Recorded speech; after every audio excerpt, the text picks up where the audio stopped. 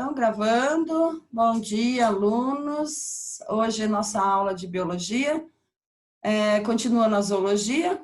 E o nosso terceiro filo, na verdade, é o filo dos plateumintes, que são os animais de corpo achatado, os vermes de corpo achatado.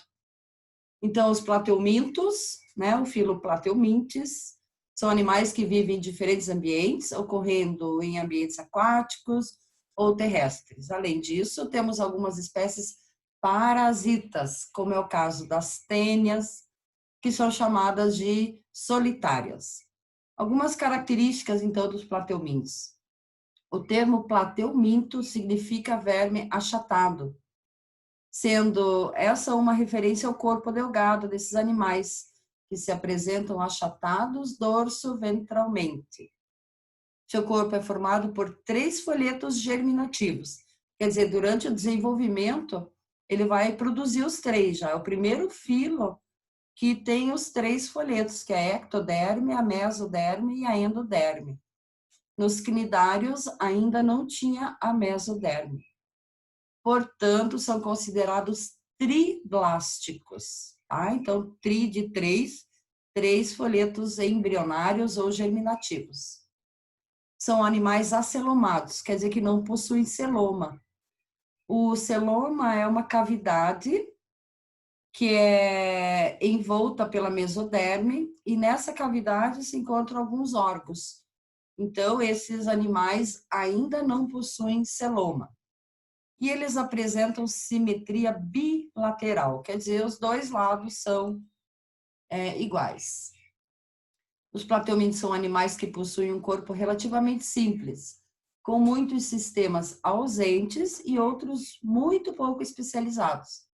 As trocas gasosas desses animais, por exemplo, ocorrem por difusão pela superfície do corpo.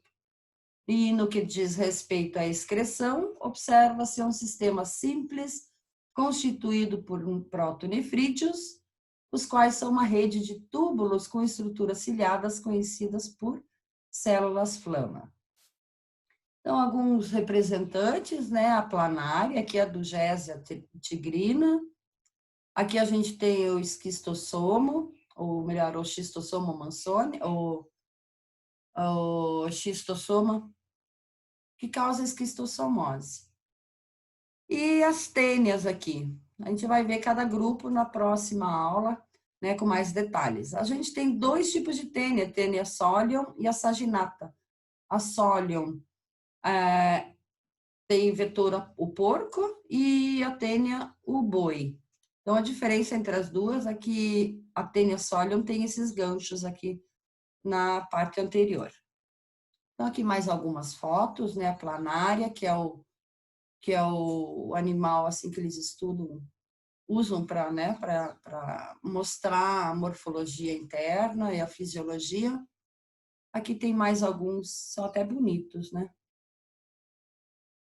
O tamanho de uma planária é bastante variável, sendo de alguns milímetros e até mais de 60 centímetros.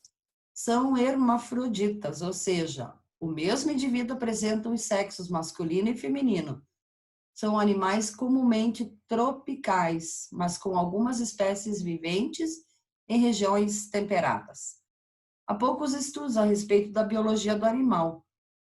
São vermes terrestres, confinados a ambientes muito úmidos e escondendo-se embaixo de troncos e de folhas secas. É um animal de hábitos noturnos, escondendo-se durante o dia para evitar a dessecação e saindo à noite para se alimentar.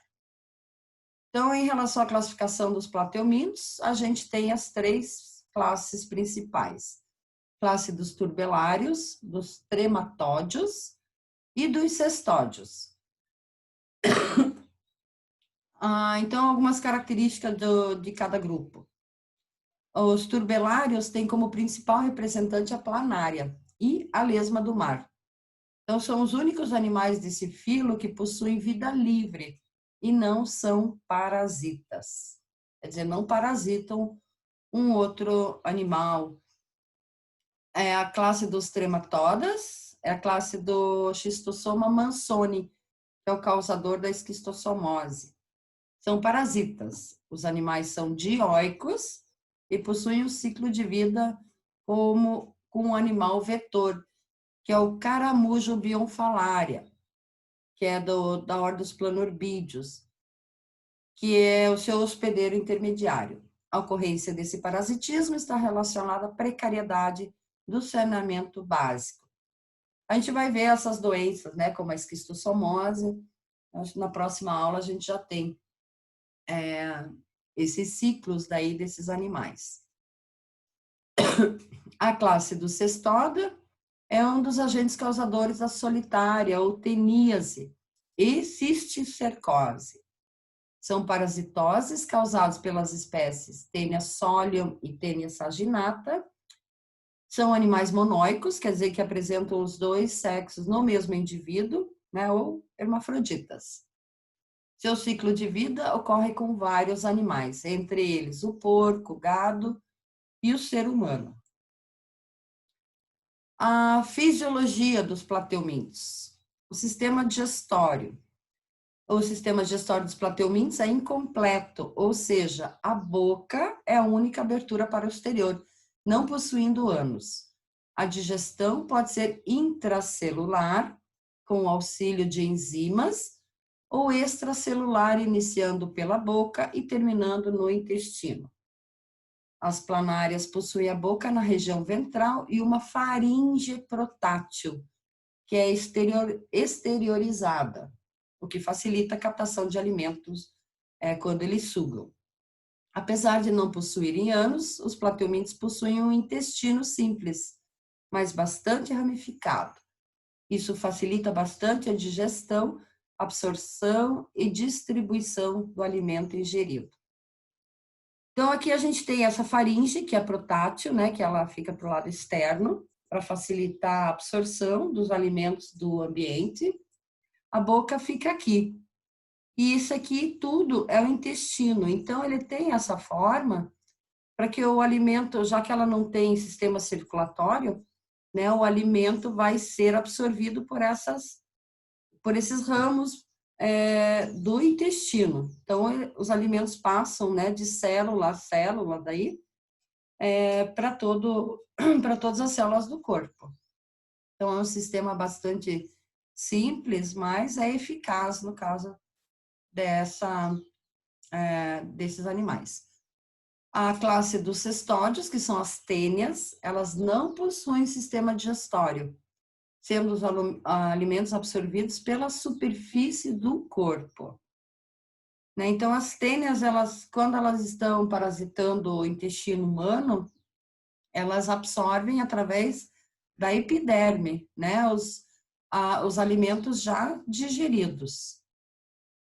O sistema respiratório também não possui sistema respiratório, e a troca de gases, né, com o oxigênio e o gás carbônico ocorre na epiderme, por difusão simples. Quer dizer, vai ter uma passagem pela epiderme, pelas células da epiderme, onde não vai ter gasto de energia, né, que é o ATP, o trifosfato de adenosina.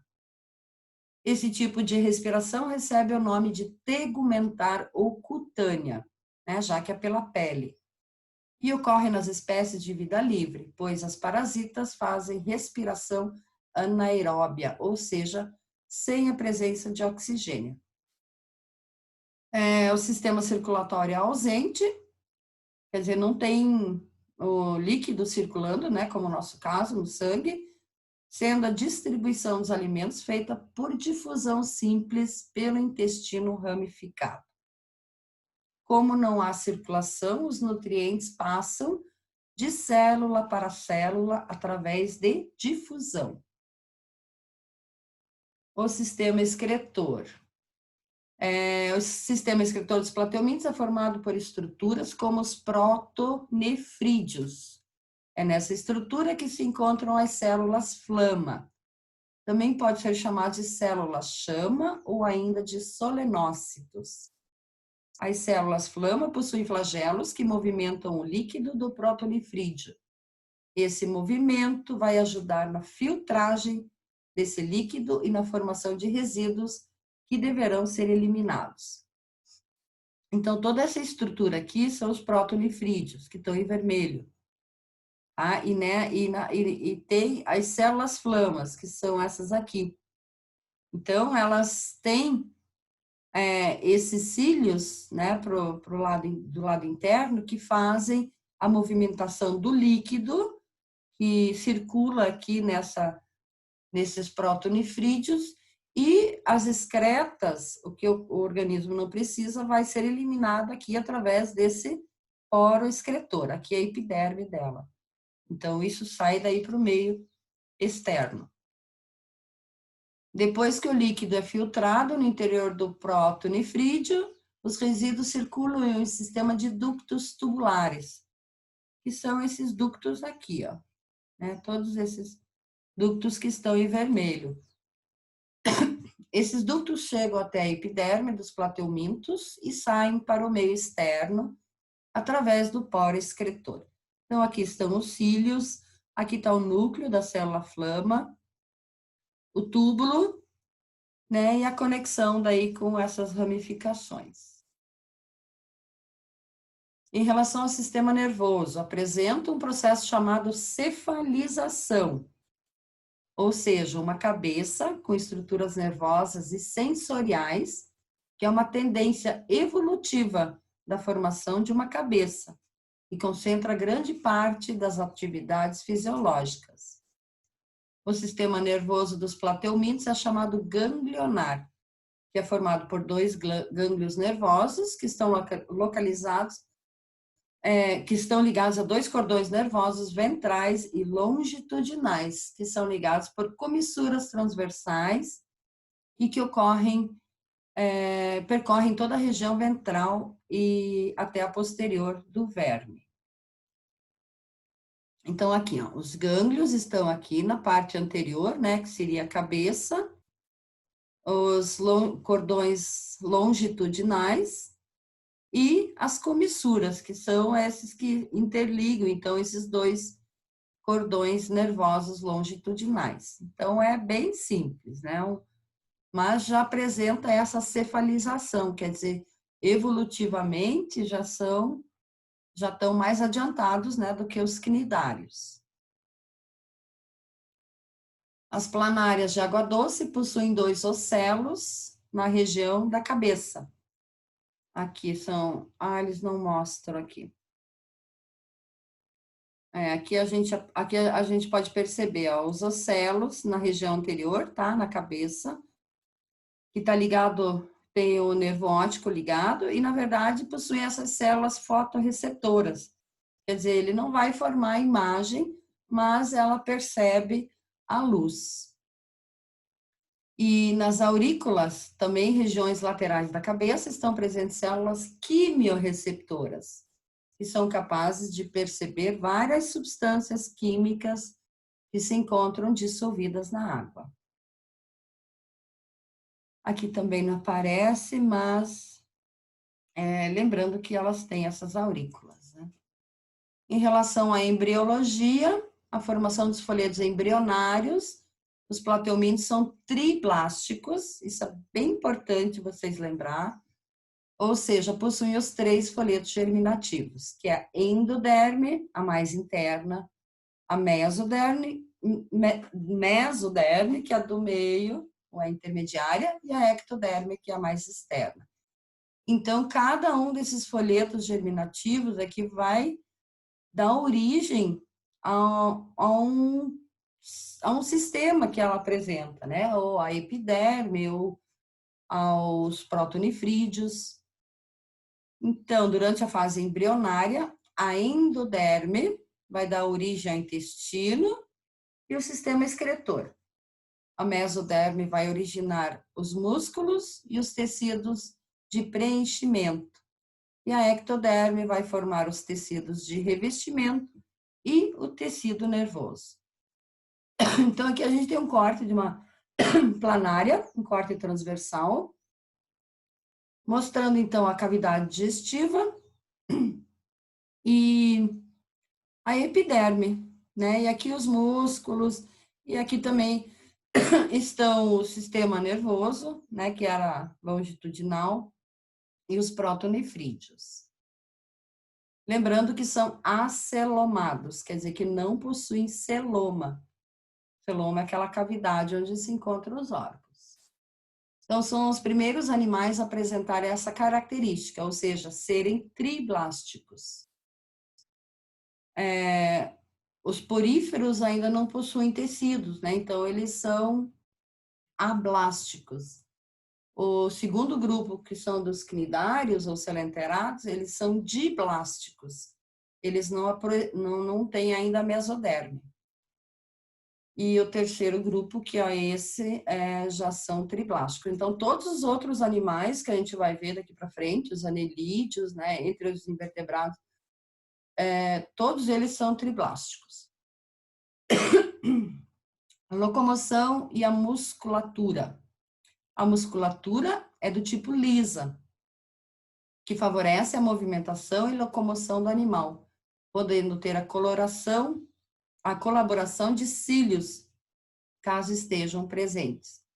Essa musculatura lisa forma o túbulo musculodermático, que é uma unidade funcional com a pele. Já as espécies parasitárias se movimentam dependendo do seu hospedeiro. Essas espécies conseguem se fixar nos hospedeiros através de glândulas que possibilitam que essas espécies se fixam. Aí são as ventosas ou os ganchos, né?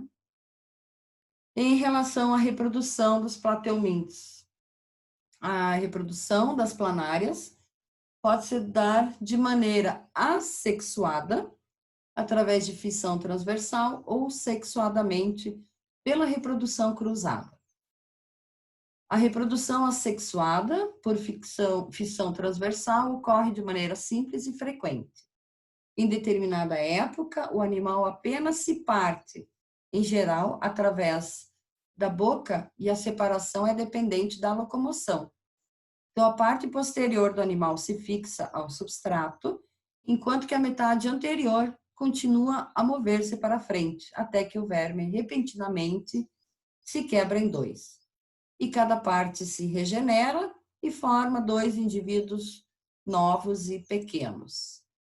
Então, se a gente cortar uma planária, cada pedacinho aqui vai dar origem a uma nova planária. E aqui eu achei interessante essa foto, também foi fissurada aqui. Depois de 7 dias, essa aqui é a parte posterior, depois de 7 dias já estava desse tamanho. E aqui a gente tem a parte anterior, depois de 10 e 14 dias. Então, elas se regeneram, né, rapidinho.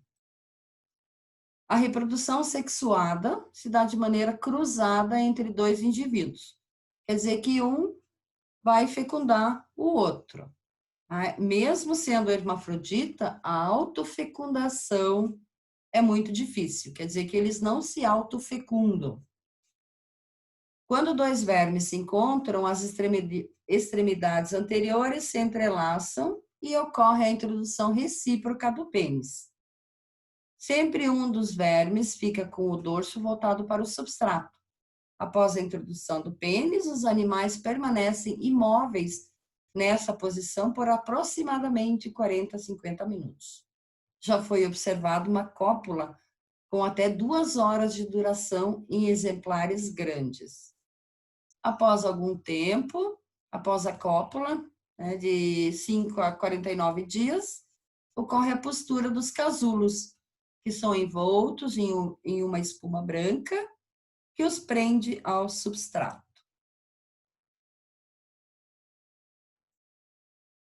Então, essa é a posição de acasalamento, né? Eles possuem essas cápsulas, que eles fixam geralmente em algum substrato e depois eclodem as planárias jovens.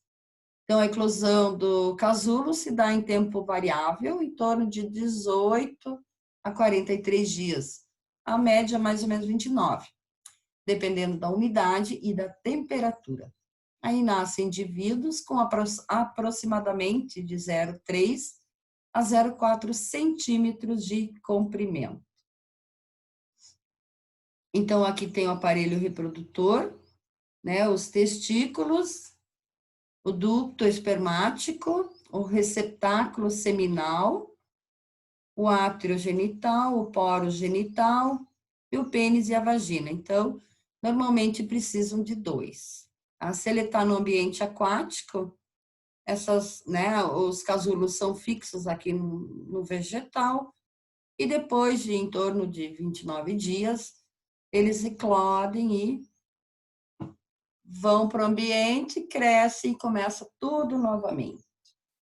E essa foi a nossa aula de hoje, interrompendo o compartilhamento e a gravação. Obrigada.